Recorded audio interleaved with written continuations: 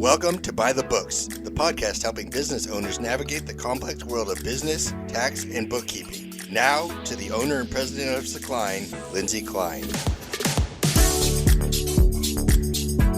Thanks for joining us, everyone. This is Lindsay Klein with Klein, honest, accurate bookkeeping performed on time, and your host of By the Books. I'm here with Ryan Roodenburg. Again, thanks for joining me. I'm so excited to be back. I am so glad you came back. I didn't scare you off the first time, apparently. You definitely did not. I did book this session before I left that day. That's amazing, isn't it? I love it. It's so much fun. Maybe you just weren't quite processing yet what happened. Do you feel like it was a good decision to come back? Oh, it's a great decision. Perfect. Great decision. So you actually, you ripped off the Band-Aid for me. You were my very first podcast. Now this is my third and I'm addicted. So. Wow, that's fantastic. Maybe Absolutely you'll have your own one day. Maybe, and I'll have to have you as a guest. I would love that.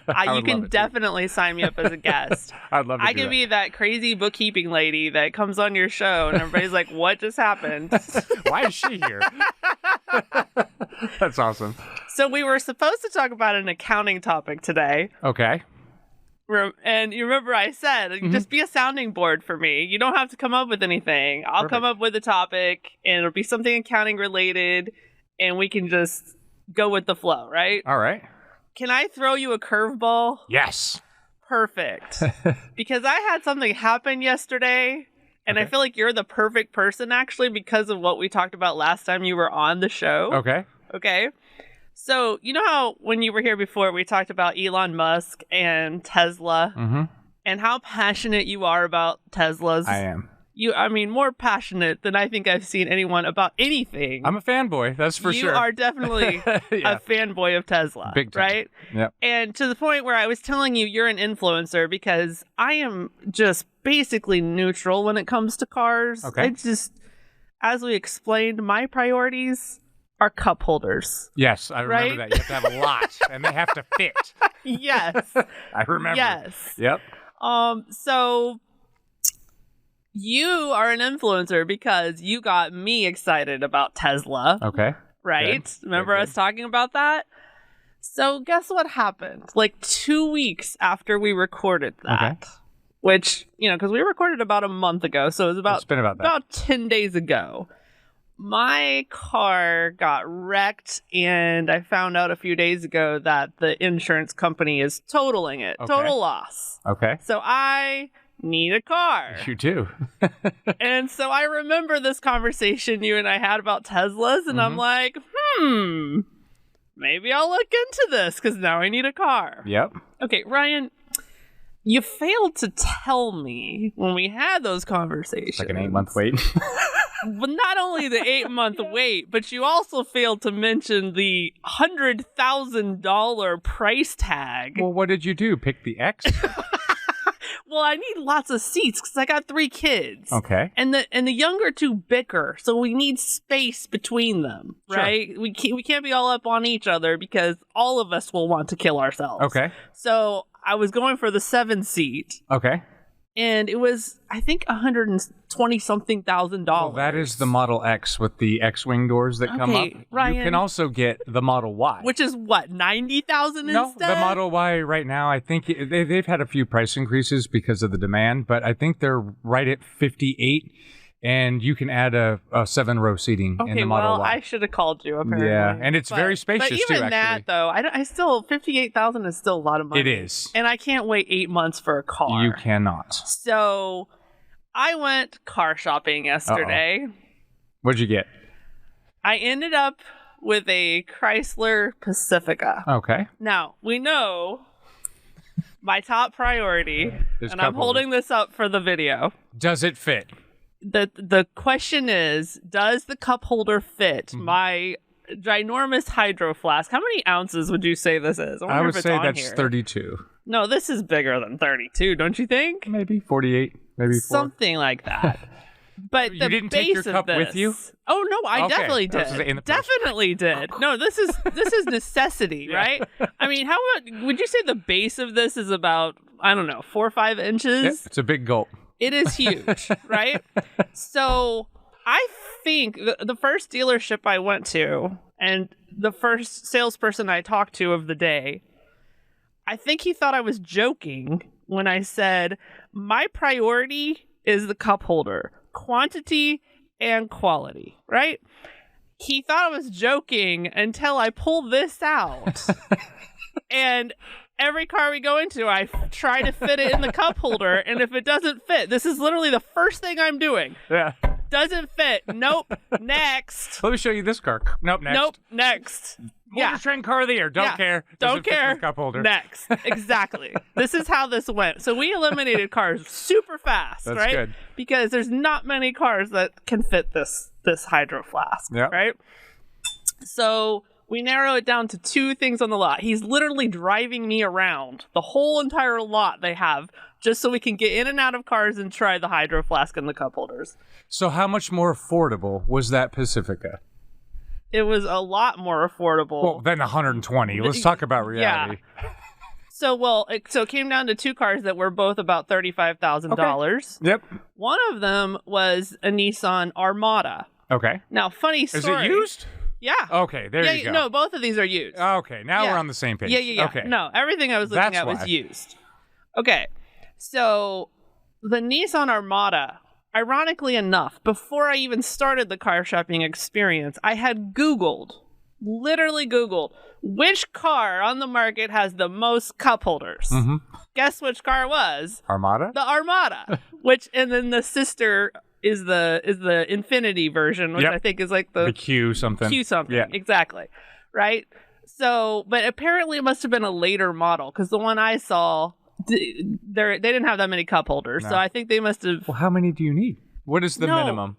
Ryan, you don't understand. You don't understand. So we have the hydro flask. That comes, that's just always with me. But then there's the QT iced tea. Ah, that's big. That's got to have its cup holder as well. And then if there's coffee or hot tea involved, usually in the morning, that needs a cup holder.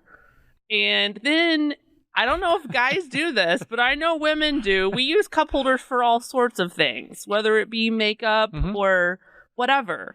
We need our cup holders. I just throw my stuff in between the seat. That's where my stuff... Okay, well, we use the cup holders, right? So when I read that the Armada had 17 cup holders, I'm like, this is fantastic. Yeah, I will use all of them. Right? Just me. So then the question is, does it fit, though, right? Because it's not just about the cup holder quantity. As we talked about with my husband's BMW, the cup holder, BMW, you need to step up your cup holder game, because your cup holders suck. So they get really narrow. Yeah. Oh, they're awful. Yeah. And they can't be positioned in some ridiculous position where you can't even get to your AC controls or your radio because the cup holder's in the way. That's ridiculous. Because as we've seen, my beverages are huge. So if the cup holder is right in front of all the controls, I'm not going to be able to get to anything. So what we need to do now is cut to the picture of the dash holder cup holders in your new car, so see it in action. I want to see it in action. I want to see it travel. Water, coffee, tea. What else? I got more cup holders. One of these days when this happens, I will send you a photo. I need a photo. See, and I've been in a rental car for a few days now, and the rental car is it's a car, first of all. And I don't think there's any car on the market that's got a cup holder that meets these needs. What's one thing that's actually kind of cool in the market right now, because as you probably see, the used car market is really high right now, and the prices are kind of high. So it's probably an opportunity that if you kept that car for a year or so, I know you might keep it forever, but if you did want to get into an electric vehicle, that you would have a high resale value on that. You're being so practical with all of this. Yeah, because you can put in an order for a Tesla for $100, at least to get in line. You don't have to buy it when it comes good. Okay. If you're not ready, you can push your order. So here's my idea. Here's what we're gonna do, Ryan. Okay. And I think you'll be up for this, because you're up for fun, We're especially gonna go on a test drive. Let's do it. Here's what I'm thinking. We do bonus social media content, because you're a social media guy. So both of our followers would probably enjoy a video of us doing a test drive. We should. In Tesla. And me bringing my hydro flask so we can test out the cup holder game. I'm nervous about their cup holder game. Well, you know that's a total deal breaker for me. But that would be bad. But that's okay.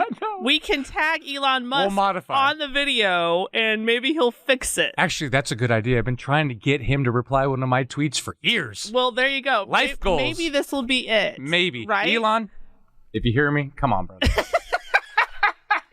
So this is what we need to do. Bonus content, you and me test driving the Tesla, checking out the cup holders, and you can be just fanboying. Well, that's good, because I've been blacklisted. They won't let me test drive anymore because I don't think it's good that you're blacklisted. I am. They won't let me test drive anymore. You've just like used up all your attempts, right? They're like, you're back again? Yeah. I drove all the cars. They're like, yeah, you can't come back on the weekends anymore. So now I'm just bringing people. So now I'm going to have you book it so that they don't know. Exactly. It'll be under my name. Fun. I don't even have to drive it. You can drive it. You're driving all I care about is the cup holders. No, you're driving it. So we'll take turns. Okay. Deal. But we can turn this into a great social media video. I think it'd be great. And that'll be our way of figuring out the cup holder game on the Teslas. Mm-hmm. Anyway. And so let's just say that goes well, and I'm like, oh, I gotta have this. Then maybe we'll do the $100 deposit and get in line. Because that's the thing. It's just get in line there because they're going so fast. And now this is good timing because they just opened up the Texas Gigafactory, and that's where they're going to produce a lot of the Model Ys, and it's the whole new battery structure. So it's super exciting. It's here local to Texas, Texas built. It's pretty awesome. Okay, yep. Awesome. So. Here's where I think we can turn this into an actual practical topic that you probably have a lot to say about because it relates to sales. Okay. Yesterday, I was dealing with used car salesmen all day long. Yep. You talk about the bane of my existence. Yep. By the time I finally got home last night, I felt so beat down. Yep. So... First dealership I went to, I finally narrowed down the cup holder situation to the two models, right? The Armada and the Pacifica. Now, admittedly, the Armada, it's a way sexier car than a Pacifica, which is a minivan. A lot of gas, though. Exactly. So it's, about the same price, but the Armada was older, it had more miles, and it's a gas guzzler, right? So I'm sitting there going, oh, it's a sexier car, but practical, right? Yep. So I'm like, aesthetics or practical, right? Finally, the practical side of me went out. I'm like, this is ridiculous. I just need to just be sensible about this. I've got 3 kids. Like, in a few years, I can just go buy whatever I want, right? You don't have to worry about it. Yes. So, decide on it. I'm like, all right, I'm ready to do this. Let's get this done. Like, where do I sign? Let's just get this over with. Like, once I made the decision, I'm good. I hate car shopping with such a passion. I'm ready to go. I don't even need to look at anything. I like it. Fine, let's do it. We go through not the whole process, but we go through quite a bit of the process, right? Paperwork, here's negotiating, all that. We get quite a ways through the process before they show me the Carfax on this vehicle. And it's been in 2 accidents. And then I'm like, whoa, let's slow our roll here. I don't think I want to buy a car that's already been in 2 accidents. No. Now, explain to me, Ryan, why would they not tell me that at the very beginning and save all of us a bunch of time? Because they're trying to offload it? Yeah. Bottom line, they got to sell it. They got to sell it to somebody. Why is not you? They didn't sell it to me because I walked away. I know. And I'm like, all right, we all have wasted a bunch of time today. Yeah. Like, if you guys had just told me from the very beginning, listen, we'll show you this car, but just so you know, it's been in 2 accidents. Yep. Just so you know. Then at the very beginning, I'll be like, okay, let me check the cup holders, but I'm not buying this one. And then we saved ourselves like 2 hours. Yeah. Right? Yeah. The big thing for me is integrity. And that's what stands out in that is that particular dealership salesperson didn't have integrity because they were trying to maybe find a client that just didn't understand completely, and you're a little bit more educated. So if they, slide a Carfax in front of a 69-year-old woman that maybe didn't know whatever, it doesn't matter, and they just say, oh, okay, here, cool, sign there, and you were over it at the end, and that's when they showed you and you're over it. And a lot of people won't just back up, rewind that, and stop. They don't think logically. It's like, well, I've already gone this far, whatever. I just want to be done. So maybe they were hoping that I've invested so much time at that point that I just go through with it. Yeah, because if upfront, think about it. If upfront you said, hey, this car's had 2 wrecks, you'd have been like, nope, and they would have had no chance to sell that. But if they just leave it till the very end, and maybe you'll just throw your hands up and say, I don't even care, I just want to go home. Well, it's going not to beyond work. The realm of possibility. It's going to work eventually. They'll sell that car. They will. Okay, so then I leave that place and I'm looking online for someone. Now at least I know what I want, right? So that helps me search for, okay, where can I go find a different one? I drive 20 minutes to another dealership that has one. And this one is beautiful, fully loaded, excellent condition. I was super excited. I already knew the cup holders, right? At that point, it's Don't even have to test. Yeah, but at that point, it's like all this gravy on top of the cup holders. I'm like, this is fantastic. I love this. It's got all features probably that come with that car, right?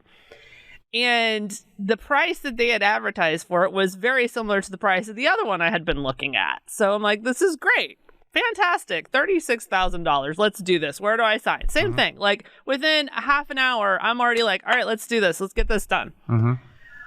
So once again, we start that horrible process that you have to do at the dealerships with the paperwork and all the haggling and here's your driver's license and what's your address and blah, blah, blah, right? Then we get to the part where they put down, the actual final numbers. And I'm looking at the bottom line number and it's saying $44,000. And I'm like, whoa, slow your roll here. You advertised this as being $36,000. Why am I seeing a number here that's $44,000? Now, grant you, about $2,000 of it was taxes. Tax, title, license, blah, right? Blah, blah. But that leaves $6,000 here more than what you said this car was, and it was because they had added on all this extra stuff. I was like, get all that off of there. I didn't request any of this. I just want the car. I don't need any of this extra stuff. They were like, no, that's not optional. We can't take that off. I'm like, wait a minute.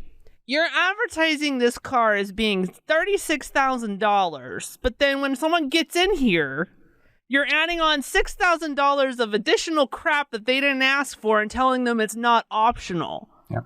Therefore, this is not a $36,000 car. This is a $42,000 car, and you are falsely advertising. Yep. This is what the guy says to me. Oh, well, we put a disclaimer on our website about this. All I did was give him a look. Like, that look, that the eyebrows raised look? It's buried in the bottom. And I just give him a look. I didn't say a word. I gave him the look. And then finally he was like, no, I know. I understand. Do you? Yeah. No, I was like, we're done here. Yeah. And I started. 36 and we're done. No, I said, we're done here. Yeah. Like at that point, when his comeback is, well, there's a disclaimer on the website. Like, this is not a company I want to do business with. I don't care if you knock that price in half at this point. I'm not doing business with you. In fact, already in my head, I'm putting together what my Google review is going to be. Yep. Like, we're done. Right? So I start standing up and picking up my stuff. And he's like, well, okay, so let's say we were able to take it off. And in my head, I'm thinking, wait a minute. I thought you, quote unquote, couldn't remove it. Right? I don't say another word. I don't engage anymore. I said, we're done. And I walk out. By the way, Google review, Facebook review, already up on that. Nice. So I leave there just seething. Like, I drove 20 minutes up here, spent 2 hours of my time, again, for what? This drives me. This is why people hate car salesmen. Yes. This is why. Yeah. So then, I'm talking to my husband because he's off work at that point. I'm like, hey, do you want to meet me at the next one? And, maybe you being there will help something. I don't know, because I'm not having much luck on my own. We go to another dealership, and this one is actually a Chrysler dealership, and they have a good inventory of these, like several of them. So I'm like, this is great. I mean, surely out of all the inventory they have, we can find something that works.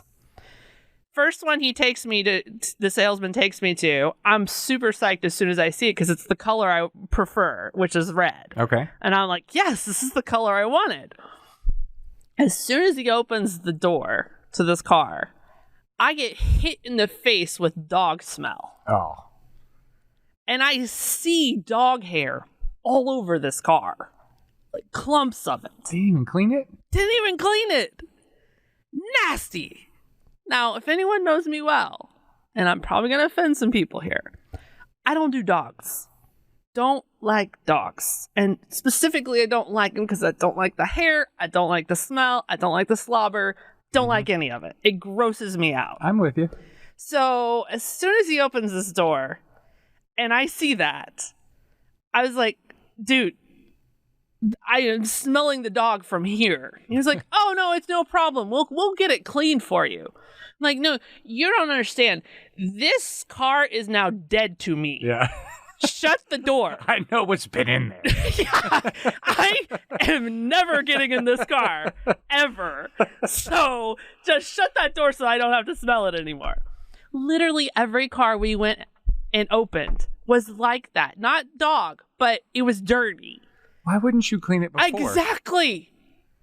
One of them was reeking of cigarette smoke, but all of them were dirty. And this is a Chrysler dealership. Chrysler dealership. Really? Okay. And so it got to the point where I was like, dude, I'm sorry. Even if you guys would get this in pristine condition before I took it off the lot, I don't really trust a dealership that can't even clean their cars before showing them to people. Yeah, that's not good.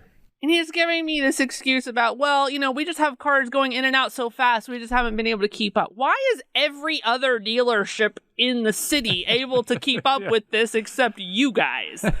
I just don't even understand right now. Like, to me, this is just 101.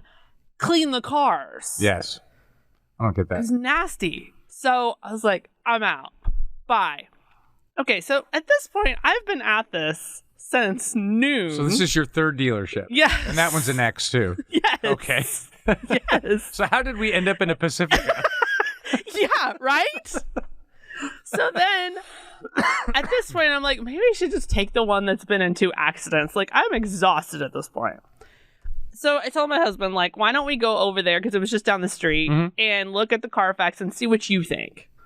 So we go back over there to the one I had been to first. We're in the lobby waiting for the salesperson that I had talked to earlier. And we're waiting, and we're waiting, and we're waiting, and we're waiting, and we're waiting. And I'm like, this is ridiculous. Clearly, this is not this guy's priority. Nope. And you already walked out. I even told the receptionist, I'm like, I seriously don't even care who helps us. Like, really, all I wanted was the Carfax and then maybe to look at it, you know?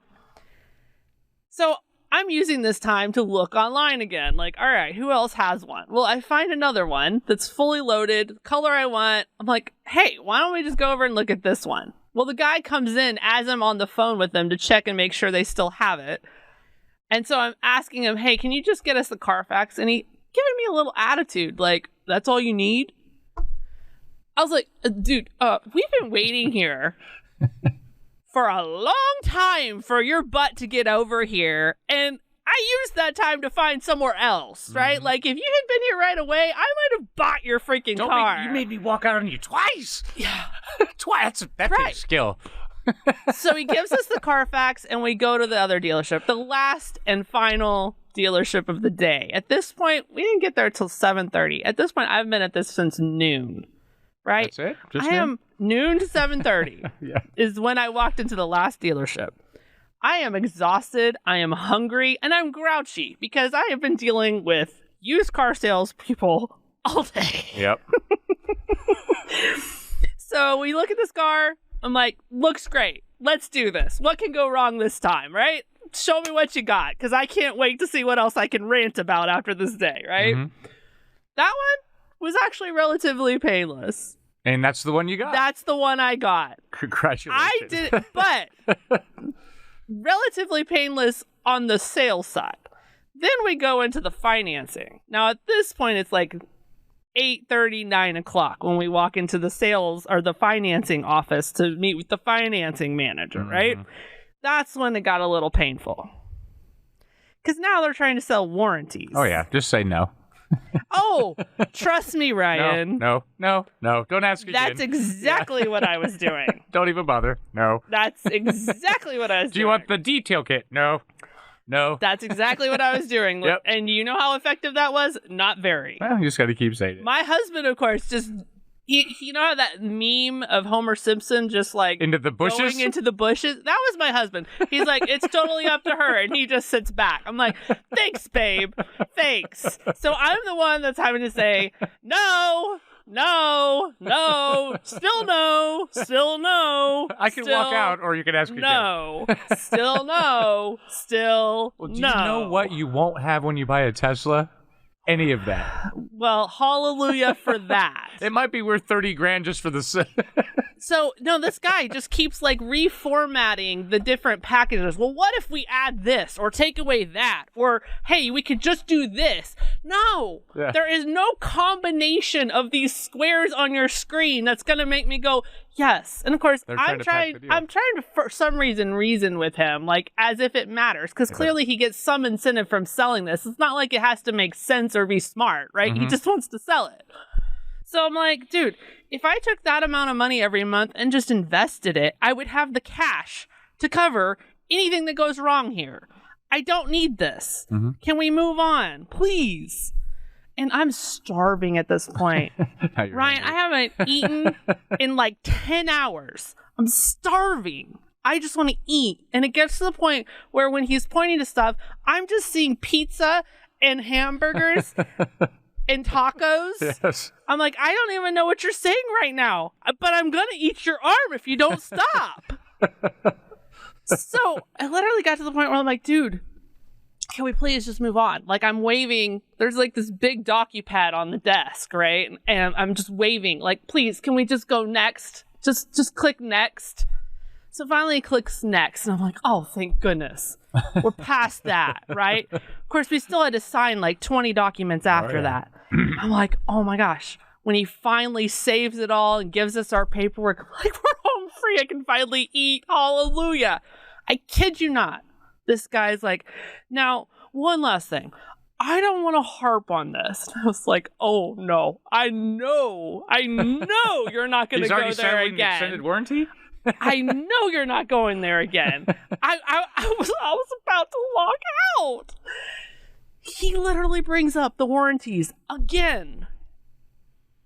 After we've already signed everything, we have our documents. I'm like, I want to cry. That's where he makes his money. Yeah, apparently. Yeah. So he's pulling up his screen and he's pointing to all these numbers. He's trying to explain gap insurance to me. And again, all I'm seeing is tacos and nachos and everything I can't even eat right now. Mm-hmm. And I tell him that. I'm like, I have no idea what you're saying right now. I am so hungry. I'm about to eat my arm off. I just want to go eat. That is literally what I said to him. He's like, well, I just want to make sure that you understand. No, don't make sure I understand anything. What I understand right now is I'm starving and I want to eat and I want to come across this desk and strangle you. So hopefully that's the last automobile experience like that you'll ever have to have. Ryan. Hopefully this will last you a couple years. And have I mentioned how much I hate car shopping? Yeah, I think everybody does. I despise it. Yeah. I knew I hated it before this, but yesterday just solidified how much I hate it. So, anyway, I'm very interested to see when we go do our social media bonus content, how the Tesla experience is. I can already tell you, it's nothing like that. But you've never bought one, so how do you know that? Well, okay, so I'll tell you what. So when you show up for the test drive, okay, you walk in, and I went to the Legacy West location over here, and you walk in and you just say, hey, I'm here for a test drive. They pull up the little calendar and they say, oh, at 12, I see you got a Model Y. They go, yep. And they walk you out in the back garage. They kind of walk you through a few things just to show you, the braking and set the seats and stuff like that. And they say, cool, bring it back in an hour. And I drove away with no salesperson in the car. Nobody. I had my two kids. They were doing TikTok, so we have a TikTok video up. And nice. We just drove around for an hour and we came back and I parked it. I went back in and he's like, what did you think? And I'm like, dude, it's pretty sweet. I'm like, that thing really moves. He's like, yep, you're driving the slow one too. And he was like, do you have any questions? I said, no, man, that thing's sweet. He's like, cool. When you're ready to buy it, just go online and build your car and we'll get it shipped out to you. And I even stopped because it was weird. I was expecting to get, the sweat, let's set up a time where we can look. No. He was just like, cool. When you're ready to buy it, go on the website and order it. And I'm like, can I work with you since you helped me? He's like, you can come back and I'll help you fill out the website.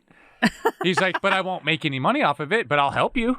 Like, if you want to come back, I'll click 3 buttons for you. I mean, because that's what it takes to buy a Tesla. And, Interesting. And he's like, have a great day. And I walked out. Wow. And yes, I gave him my phone number. Yes, I gave him my email address when I signed up. I've received 0 phone calls and 0 emails. Wow. None. The only time, actually, that's not true. I did get an email when I tried to set up my 5th test drive and they blacklisted me. They're like, yeah, you might want to bring somebody else. And so that was the only email telling them I couldn't do another test drive. Ryan, pro tip. Use a different email address. No, they know my name and address and everything. I have to change it. I need to change. Use your middle name. That's true. Okay. Well, I'll just go with you. It'll be more fun to go with somebody. Touche. Yeah. This will be fun. Yeah. It'll be a way different experience, I promise. Yeah, you. no, I can tell that already. Mm-hmm. So what can we take from this? Because we're both in sales, right? I'm selling bookkeeping services. You're selling health insurance services. What can we take from this experience, do you think? Man, it's just, you got to take the experience that you just had and make sure that none of your clients ever experience that. Gosh, ever. no. And I'm sure you already don't do that, but integrity is key in sales. Integrity is everything. If you're out there for just a paycheck and you're out there just to make $1 off somebody, you're going to be successful at doing that a lot. But the problem is you're never going to grow or build your business because the trust and the referrals and the integrity, you may get one person, like your business. I mean, it's something that you keep for a long period of time. So if they don't trust your integrity, you're not going to have those clients for very long. They're not going to refer their friends, their businesses, people that they've come into contact to. So it's super important to, just always have integrity when you're selling and make sure it's about the client and not you. Yeah. That would go a long way. 100%. Make sure that you actually care about the client's needs, what the client wants and needs. Yeah. Because a lot of times when I do the health insurance, it kind of shocks people when I stop them. They're just saying, I want health insurance, I need this and this, and it's always the price. What's the cost? And when I stop them and I make them tell me their pain points, like, hey, you have insurance now? Yep. You say you don't like it? Yep. Well, what about it don't you like? What is it? Where is it failing you? And people, they're like, well, I've never been asked that. Well, that's a problem. So, because there's lots of different types of plans and lots of different types of services, and it's got to fit that person, whether it's bookkeeping, accounting, health insurance, cars, doesn't matter.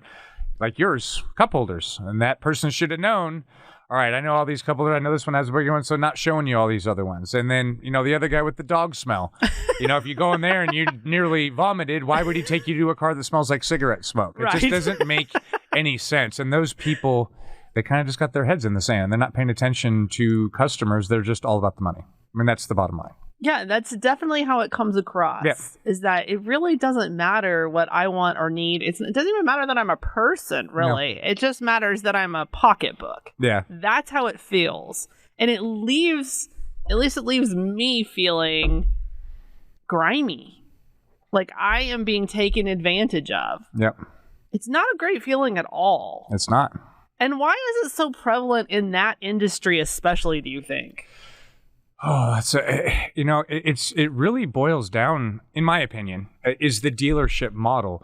Is, they leave so much room for negotiation. And that can be a pro and a con because there's people that can walk in there that don't have very good negotiating skills. Right. So they can get a lot of, margin on those vehicles. They can sell them for a really, really big profit. And then there's some people that can come in that got their pencils sharpened and they know what they're doing. And they probably don't make as much, if anything at all, on that car, but it all balances out. So it's just, I don't understand why that happens, but they're just bringing in these money-hungry people that are willing to work 8 in the morning till 8 o'clock at night, Monday through Saturday, just to sling cars all day long. And that's just an industry that I have revolted against forever. I've been in sales my entire life, and I refuse to sell cars. I will not. Interesting. So you have purposefully stayed people away have offered, hey, you should come sell cars. I said, no. I have no desire to be that person. I actually want to help, and I know, it's always coming down to the salesperson, but it's the frame of mind that somebody comes into it. You drive onto the dealership and you need a car. Yeah. I know you were cringing the second you stepped out of the car. I was cringing before. Because you feel the of the 50 eyes up on the stairs. And you're like getting out of the car and they're all, yeah, and they come walking I got the cut. Hey, how you doing? Like, okay, I'm getting my kids out of the car. Right. Seriously. Yeah. No, it's like vultures. Can you give me like 3 seconds? Right. They're like vultures. Absolutely. You're so right. It's crazy. And it's just the way the industry is. And it's unfortunate that, in order for those people to make money, that's the way they have to be. And that's the way the dealership model has been run for years. Do you think that the commission model contributes to that? Yes. But there's other industries that have commission-based compensation packages, right? Yeah. So why does it play out so ugly in that industry, whereas another industry that also has a commission-based model, not necessarily? Well, it's also because of the amount of volume that you have, the high dollar of the purchase. So there's just a lot. And when you're talking used, when was the last time you traded in a used car and got a fair trade-in for it? They're trying to give you $500. And then if you come back 3 weeks later, that thing's sitting on the lot for $8,000. Yeah. Seriously? Yeah. So that's the deal, and it's the perception of winning because they paid $500. They're going to sticker it at $8,000. You go in there and you willy-nilly negotiate them down to $4,000, and you think you got a smoking deal. Well, they just made $3,500 on it. Right. They're going to make you work for it though, because every penny they take off there takes it out of their pocket. So I don't understand why. It's just the industry has been around for so long, and it's time for a change. And a lot of things are changing. Customer service changing, the way people are treated, it needs to be changed, and I think we're working on it. But there's just a lot of advancements, and a lot of people are stuck with the old ways and then continuing to beat their head against the walls and do the same thing. But there are new options out there, and that's why I praise Tesla so much. Well, I was going to say, with Tesla, which you are clearly a huge fan of, do you think the way that Tesla's doing it is going to have a ripple effect in changing the industry as a whole? Yes. Yeah, well, and I can already tell you that there is fear amongst the industry from what Tesla is doing and the model that they're creating. And they're not the only ones. You probably heard of Carvana. Yes. You go online, you buy the car, they take it out of the little vending machine, and they load it up on a truck, and they drop it up your front door. Those models are here, and they're here to stay. The most aggressive dealer that runs that model, obviously, is Tesla because they're so big. And I can tell you just a few months ago, I think it was 2 or 3 months ago, the state of Oklahoma, the actual, the House and the Senate passed a bill, and it hasn't been signed by the governor yet, to actually ban the sale of Teslas in the state of Oklahoma. What? Yeah. And it's because of the dealership model. All of the dealerships, the Big Boys Club in Oklahoma is pulling together saying, hey, we got this Elon guy coming in here selling cars on the internet to our people. We can't have that. They're taking away. We need to get these people in our dealerships. So they all band together, big money, pulled together, and actually got a bill passed to ban the sale of Teslas in the state of Oklahoma. That is crazy. It's insane. How now, are it's the not people... fully done. It hasn't been signed. It's not signed yet. There's a lot of fight. There's a lot of petitions going around, which I've signed. Even though I'm not in Oklahoma, it's whatever. We'll see if it works. But yeah, it's insane. How they made them shut down. How are the people of Oklahoma standing for this? Because that seems like such an infringement of rights. Yeah, that gets into a whole nother topic that I'm passionate about. But yeah, I mean, it's not up to the people. That's the bottom line. It's up to those 12 people that run the state. Crazy. Pretty much. Wow, I hadn't heard of that. Made them shut down all their service centers and everything. So one thing that happened recently in the news is Elon Musk buying Twitter. Yeah. How do you think that's going to shift his focus? No. From Tesla? No. See, the man has an insane ability to, subpartition his time, like insanity, because he doesn't only run Tesla, he runs SpaceX, he runs Neuralink, he runs the Boring Company. And now he is the majority shareholder. He doesn't own all of Twitter. Yes, his company bought it, and he actually formed a corporation called X Corporation for the holding for the for Twitter. So I believe he's going to be a 51% stakeholder out of his own investment, and then it's other investors coming in. But I really feel that what he's trying to do with the platform is just make it more open and less one-sided with the content that's going on Twitter. So I believe he's going to install the people that he needs. The board's gone. Install the people he needs, get engine in there to create the algorithms, the stuff that he's trying to do, and let those people run the company. I don't really feel that He must be really good at delegating. Yeah. I mean, literally that night, so when the sale of Twitter went down, I mean, it's not 100% official, but when the board accepted the offer, he was there in California. I think it's in San Francisco. And he was there, doing whatever he had to do, shaking hands, kissing babies. And then literally he jumped on his airplane, flew back to Texas to be at Starbase in Boca Chica, Texas, to have a 10 p.m. Raptor 2 engine meeting with his team. Wow. So the man never sleeps. The man never stops, ever. And there was a quote that he said that actually, it rang with me, and it kind of really truly shows his character. They asked him, they're talking about longevity of life and death, and what does he feel, how does he feel about death? And he's just like, well, I don't want to live forever, because everybody says, oh, he'll want to live forever. He doesn't. And he said that death would actually come as a relief. Wow. Which is kind of insane to think about. Though. Now, and it's not sad. If you want to think about it. How is it not sad, Ryan? Well, if you want to think about it as in ending your life or suicide or something negative, that would be sad. But the man works so hard, and he's so determined to change the trajectory of humanity through renewable energy, through space travel, of getting humans off of one basket. We're all in one basket. I mean, the dinosaurs got taken out. Who's to say it can't happen again? Okay. And if we have all of our eggs in one basket, we're never going to expand as a human civilization. Mm-hmm. Who says we just have to extinguish and be all gone? Why can't we go to Mars? Why can't we go out there and do all this stuff? What if that's already happening? So, he's just pushing the envelope, and there's literally not enough time day to save the world. And that's literally what he's doing. So to me, the way I took that is like, man, he's working so hard to save everybody that it's damn near taking him out. And so him being gone would actually be a relief, because he wouldn't have to work so hard. That's how hard he works. It's absolutely insanity. Everybody should look up to him for sure. Is that something to look up to, though? Because that basically, to me, says he doesn't handle the work-life balance very well. Like, it shouldn't be to the point where you're saying death is a relief. I guess. No, and in my opinion, anyway. and I agree too. And honestly, I don't think a majority of the human beings on this planet can do what he do.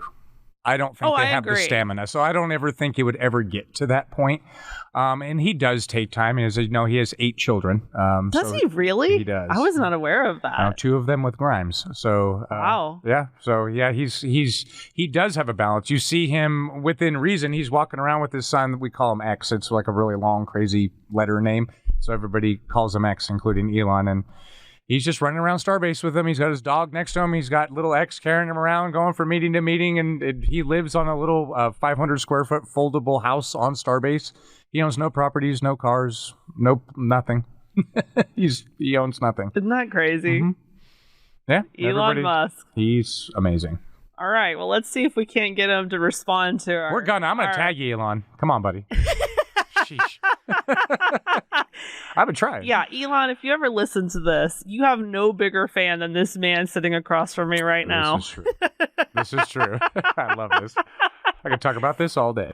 All right, so that's the recap of my car buying experience, and then of course Elon Musk. Oh yeah. Continuing saga. He's always in to the be news. Continued. Yes, exactly. So if anyone wanted to reach you, Ryan, how can they find you? The best way to reach out to me, if you're on social media, you can reach out to me on Facebook. I'm on facebook.com/YourHealthCraftsman. I can be found on Twitter on Health Craftsman, on Instagram and LinkedIn, all the same things. And I have my website, www.USHAagent.com/Ryan Roodenburg. And I can give you all the links to put in the description. Nice. Thank you for joining me again. You're welcome. Thanks for pleasure. letting me rant and rave and I love it. just this being is so a good much fun. sounding board. So much fun. And I'm Lindsay Klein with Klein Honest, Accurate Bookkeeping, performed on time and you're hosted by the books. Until next time, everyone, have a great week. By the Books is presented by Klein. Honest, accurate bookkeeping performed on time. For more information on Klein services or to get a hold of Lindsay, visit Klein.com or email info@Klein.com. The information provided on this website and podcast does not and is not intended to constitute legal advice. Instead, all information, content, and materials available are for general information purposes only. Information provided by Secline may not constitute the most up-to-date legal or other information. Listeners should contact their attorney to obtain advice with respect to any particular legal matter and should refrain from acting on the basis of this information without first seeking legal advice from counsel in the relevant jurisdiction. Only your individual attorney can provide assurances that the information contained herein and your interpretation of it is applicable or appropriate to your particular situation.